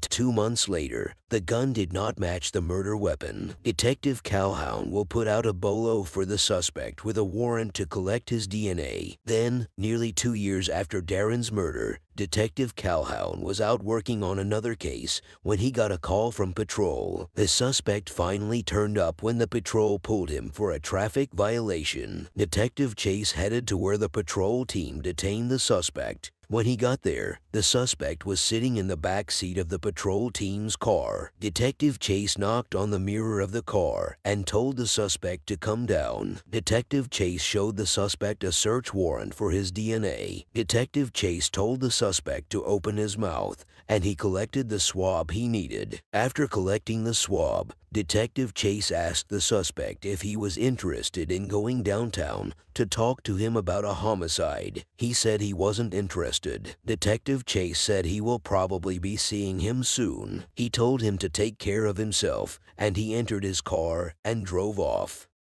2 days later, Detective Calhoun got a word from the lab. They told him that the suspect's DNA did not match the DNA that was found on Darren's ankle. Detective Calhoun said he is disappointed. He said it doesn't mean that the suspect was not the killer, but he needs to reassess the case and look at what they got. Detective Calhoun worked the case for 2 more solid years without any leads. The case remained unsolved.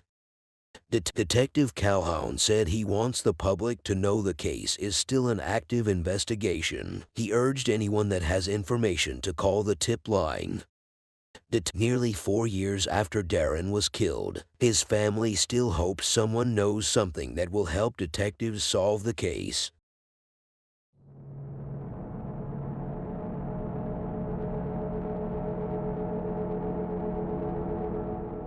3:58 a.m. in Tulsa, Oklahoma at an apartment complex on the north side. A woman called 911 and reported that 2 people were shot in her apartment. When police and EMS arrived, they found a young man who has been shot outside the yard and rushed him to the ER. But when they entered the apartment, they found Darius Kirkland in a back bedroom dead.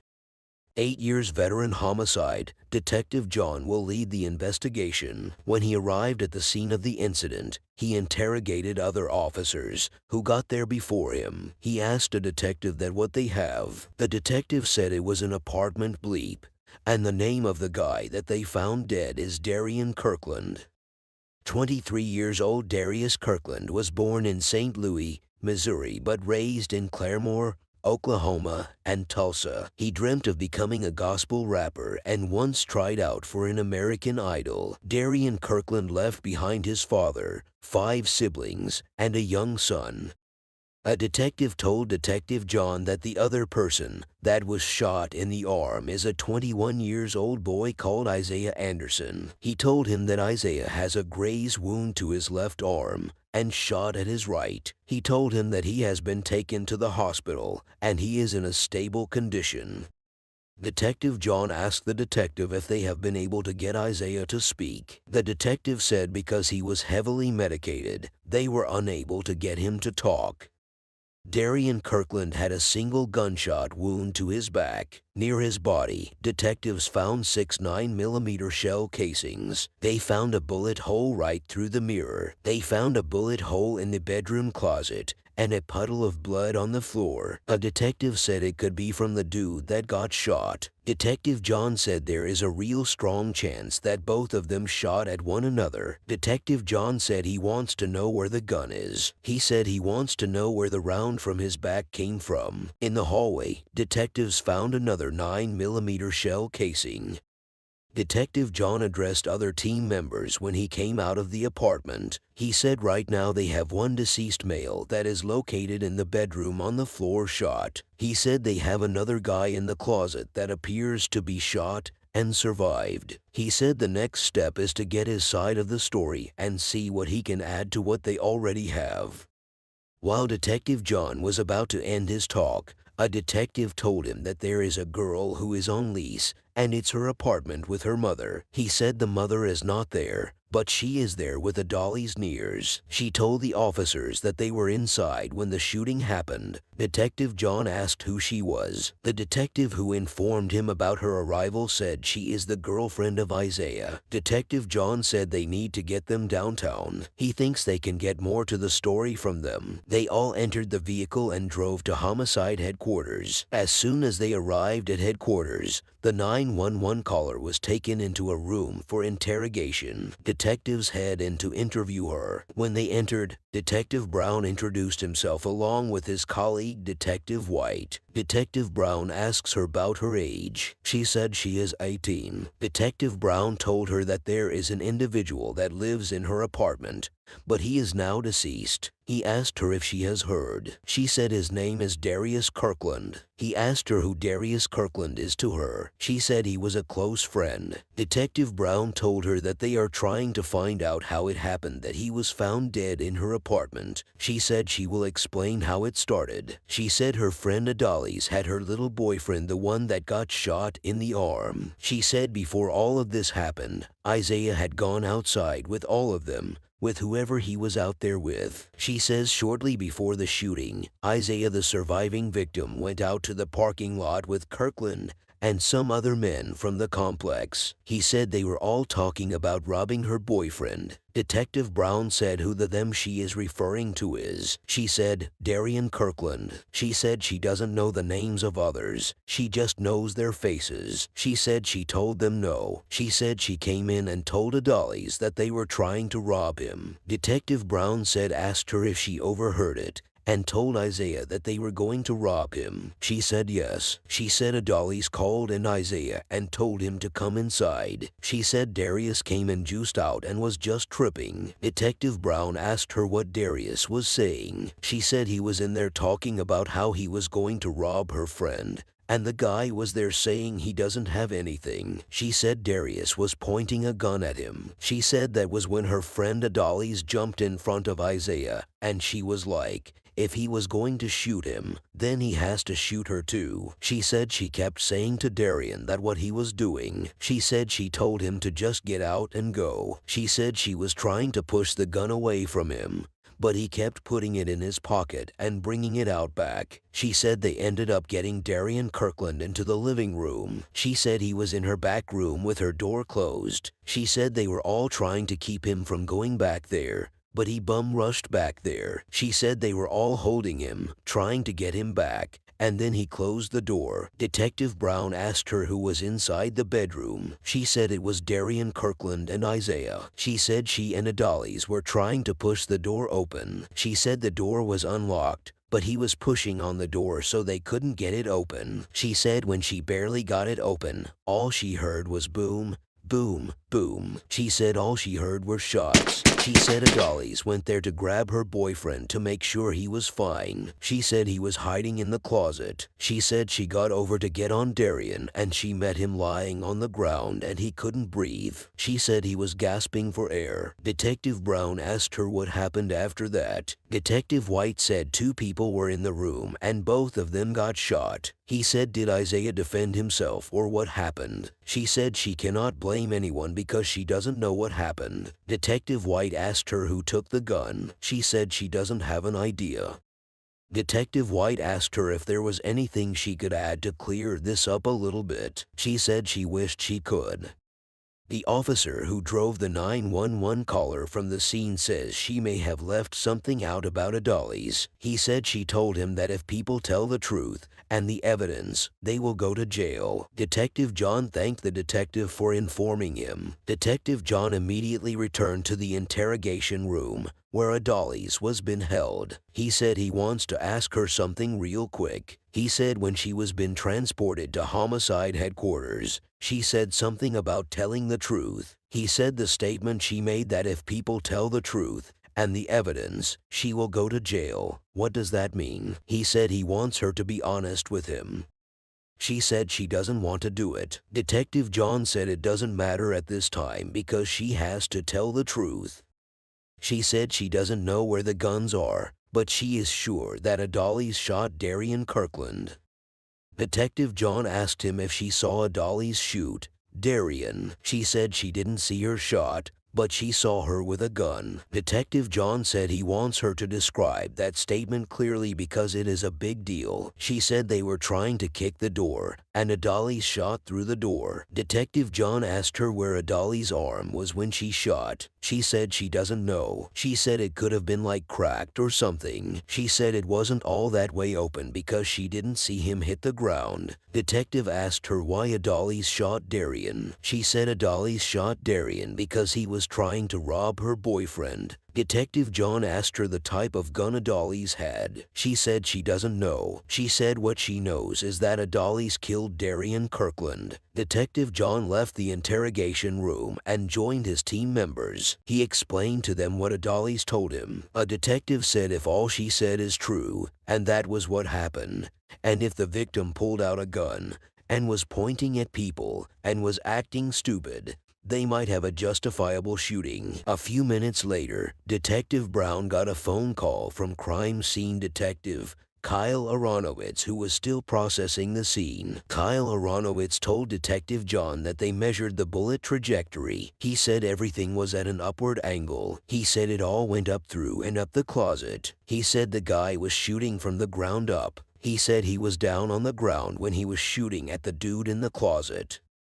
Detective John said identified Darian was on the ground when he was shooting, which means he was probably shot at first by Adalis. He said it means that there is more to the story. He told his team members that he will return to the interrogation room and see what Adalis has to say. When he entered, the first question he asked her was her age. She said she is 20 years old. Detective John called Adalis by her surname, which is Nears, and he said they are trying to unravel what happened. Adalis said she is interested in knowing what happened too. Detective John said she was there but they weren't there. She said all she knows is that Darian Kirkland showed up on some type of PCP and cracked drugs. She said she doesn't know what he was on, but he was pointing guns at everyone including her. She said he cocked it and pointed it at Isaiah, and she jumped in front of him. She said she told him to chill out and he told her he will shoot her too. She said Darian and Darius ran back with him and shut the door. She said that was where her foot hurt because they were trying to collect the gun from him. She said the next thing she heard was pop, pop. She said she thought Isaiah was dead, but he wasn't. She said she checked his pulse and he was still alive, so she tried pulling him out. She said she forgot who called 911 and that's all she knows. Detective John said they do not dispute that her boyfriend was trying to get shot by Darian Kirkland. He said what they are trying to figure out is how Darian Kirkland got shot and killed. He said just because it's been said that people believed that Darian Kirkland was trying to rob Isaiah. Adalis interjected and said he was. Detective John said that is what she hasn't talked about. Adalis said she missed that part. She said what happened was that Darian came in and pointed a gun at her, and he said you told him I'm trying to rob him. And she said yes she did. Detective John asked her what the gun looked like. She said she knows nothing about guns, but it looked like a handgun. She said she called Darian and told him to think about his son. She said she kept persuading him, but she didn't know what he was on. She said it was like Darian wanted to kill someone he doesn't know from Adam and Eve. Detective John asked Adalis if she has shot a gun in the last 8 hours. She said she shot her friend's gun earlier in the day. Detective John said she shot Darian Kirkland because she was trying to protect her boyfriend. She said she didn't because she doesn't have a gun. Detective John said they know Darian Kirkland was acting stupid. Adalis interjected and said he was. Detective John said people have complicated the whole thing by taking a gun from that room. Adalis said whoever took the gun might be the one who did it. Detective John said they are running out of people that could have done it, and that was why she was there. She said she didn't shoot anyone. She said she couldn't have shot a gun. Detective John interjected and said she told them not long ago that she shot a gun that night. He told her that no one is going home until he finds that gun because someone is not telling him the truth. Adalis said she told him the truth and that is what she knows.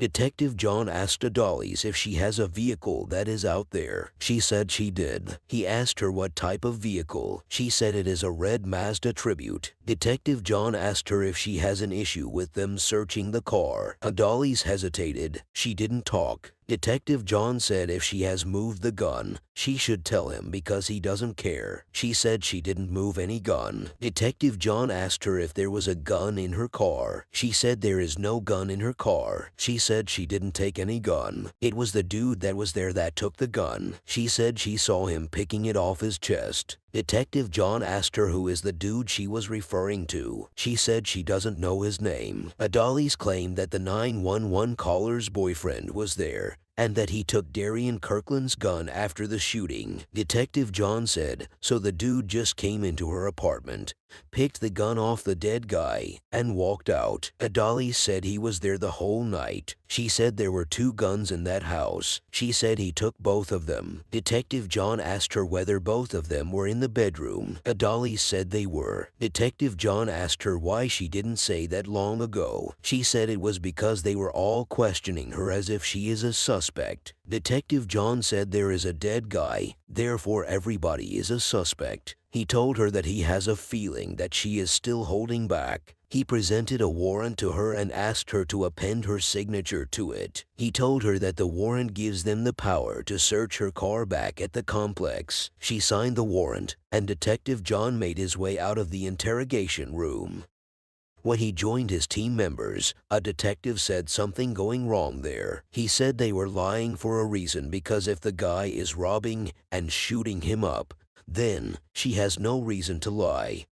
While Detective Max Ryden headed back to the apartment complex to search Adolis' car, Detective Brown and Detective White headed out to speak to Isaiah, the surviving victim.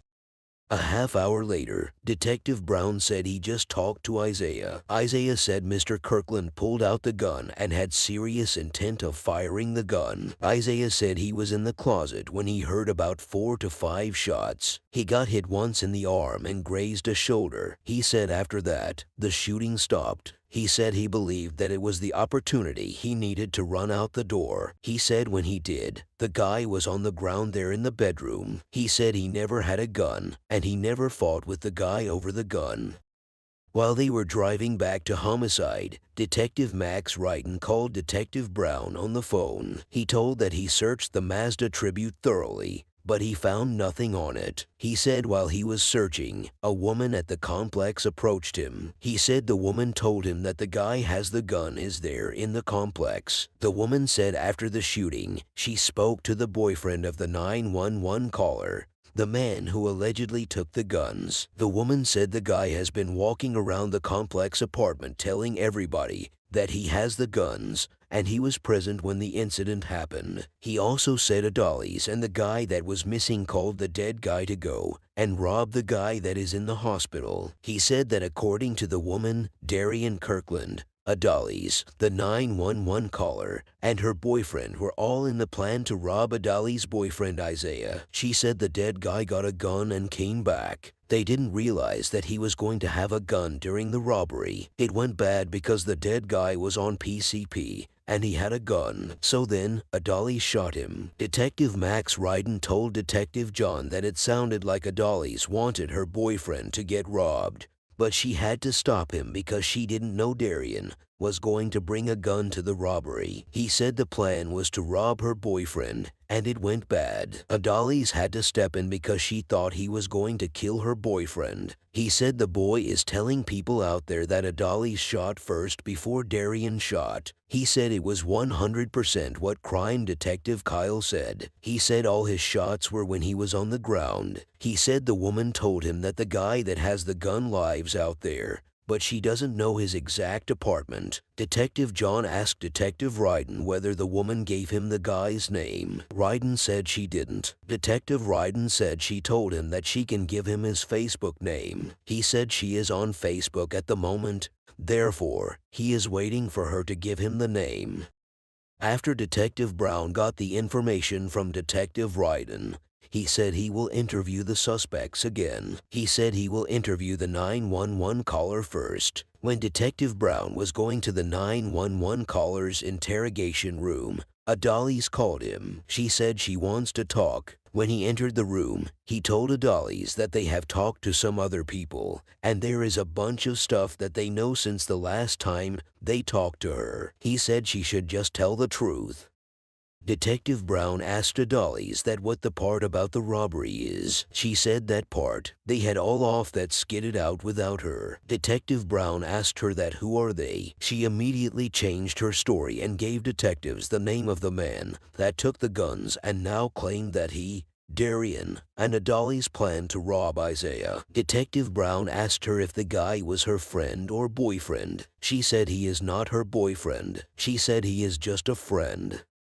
While she was being interrogated, Detective Ryden forwarded the photo of the man who allegedly took the guns. Detective Brown showed her the picture Ryden sent to him, and she identified him as the man who took the guns. She said they were sneaking when they were doing all of that. She said she wasn't stupid because she knows her. She knows Darian Kirkland, and she knows that they are all thieves. Detective Brown asked her if that was the reason the guy came over. She said that was her intention. She said everybody she met, she knows Adolis and her intended to rob Isaiah, but she guessed he didn't have anything for her to show for her to rob. She said he left with Darian and he was like he was going to get a pack of bars or a pack of sizzles. She said when Darian and her friend realized that Isaiah didn't have anything to steal, they tried to sell drugs to him. She said that was when she walked outside, and they told her that they were about to tax Isaiah. Detective Brown asked her what she meant by taxing him. She said it means they were trying to overprice him and then keep the money. She said that was when she came in and told Adolis that they are out trying to rob her boyfriend. She said that was when Adolis called Isaiah and told him to come inside. She said Darian came in juiced and he came into her house talking about how she was about to rob him. She said he was putting his gun in both Adolis and Isaiah's faces. She said that was in her bedroom. She said they were all trying to push Darian Kirkland back. She said it took the combination of all of them to push Darian through the hallway that was outside her room. She said she didn't know how he got through all of them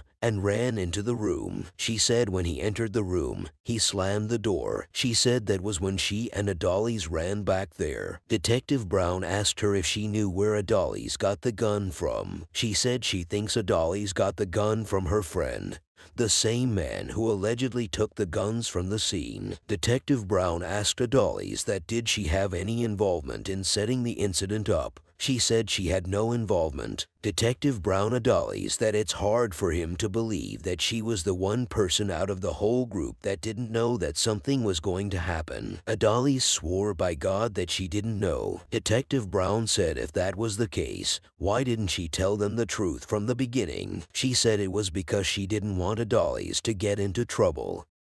They left the 911 caller and went to where Adolis was being held. When they entered, Detective Brown said he heard that she was willing to talk to them. She replied in the affirmative. She said she wants to tell them the truth because she feels she won't be in trouble. She said the truth is that she had to do what she did. Detective Brown said they should get to where she did what she had to do. He said, "What is she talking about?" He said she has to tell them the story. She said the story is that Darian came into the house with a gun. She said he came in and he told Isaiah to give him all her stuff, and then Isaiah was like he has nothing to give him. He said he got up in Isaiah's face. She said she thought he was going to shoot him, so she moved his hand, and she was like he was not going to shoot him unless he shoot her too. She said Isaiah ran out of the room, and Darian ran after him. Detective Brown said where Isaiah and Darian were in the bedroom. She said they were. She said she started telling Darian why he was acting like that and what he was on. She said she told him to think about his son. She said he got upset with her and started threatening her for bringing up his son. She said he cocked the gun back and was saying he was going to shoot her. She said he put the gun upon her head and it scared her a lot. She said she was trying to get into the door and the dude she was with had a gun too. She said the dude gave her the gun. Adalis said the 911 caller's friend her his gun and helped her push the door open. She said at that moment, you could tell that Darian was about to shoot. She said immediately he shot, she closed her eyes. She said she saw him pull the trigger, and she shot too. Detective Brown said Darian has a bullet hole in the middle of his back. She said she doesn't understand it. She said she doesn't know where he got shot at because she was scared. Detective Brown said he wants to be sure that they didn't have some pre-planting of the whole situation. He said they heard that there was a plan to rob Isaiah. Adalis said there was, but she didn't know about that. Detective Brown said they didn't hear that part. He said they heard that she was aware of it. She said she wasn't because she likes Isaiah. She said she has been crying because she cannot go and see him. Detective Brown asked Adalis whether she has an issue with them looking at her phone. She said what they meant. Detective Brown said, by looking at her phone, they can say with 100% surety that there's nothing in her phone that says anything about robbing Isaiah today. He said it is to her benefit. Adalis said they can do it. Adalis later revoked her consent for her phone to be checked. It means Detective Brown will need a search warrant for her phone. When detectives left the room, Adalis began to punch the glasses in the interrogation room. She broke 2 of the glasses before Detective Brown was able to detect that there was a problem in the room. Detectives quickly rushed down to the room and handcuffed Adalis. They told her that Ems was on their way to check her hand. Adalis refused Ems treatment. Detective White said their next step is to get a warrant for Adalis' phone to look for the evidence that she or anybody else was part of the robbery plot and see if they can find the gentleman that allegedly took the guns from the apartment to get his side of the story and see what he can add to the story they have. After searching for 3 months without a lead on the man who allegedly took the guns, detectives finally catch a break. The man who allegedly took the guns from the scene of Darian Kirkland's murder was charged with unrelated homicide. Detective White said she lawyered up, so the unfortunate part was that they never got the chance to ask him about the missing guns from Darian Kirkland's murder. He said those guns are still out there. He said they obtained a search warrant for Adalis' phone. He said they got inside her phone and looked. She said that she doesn't have guns, touch guns, or know a thing about guns, or want to mess with them. He said they got a picture in her phone that says otherwise. Detective White that he will have to explain herself in court and tell them when those pictures were taken and how she doesn't play with guns anymore. Detective White said there was no other evidence to prove that anybody else was a participant in the robbery. He said currently, Adalis Nears is the only one being charged with the felony murder of Darian Kirkland. Adalis Nears pleaded guilty to first-degree manslaughter and was sentenced to 10 years imprisonment. The guns were never recovered.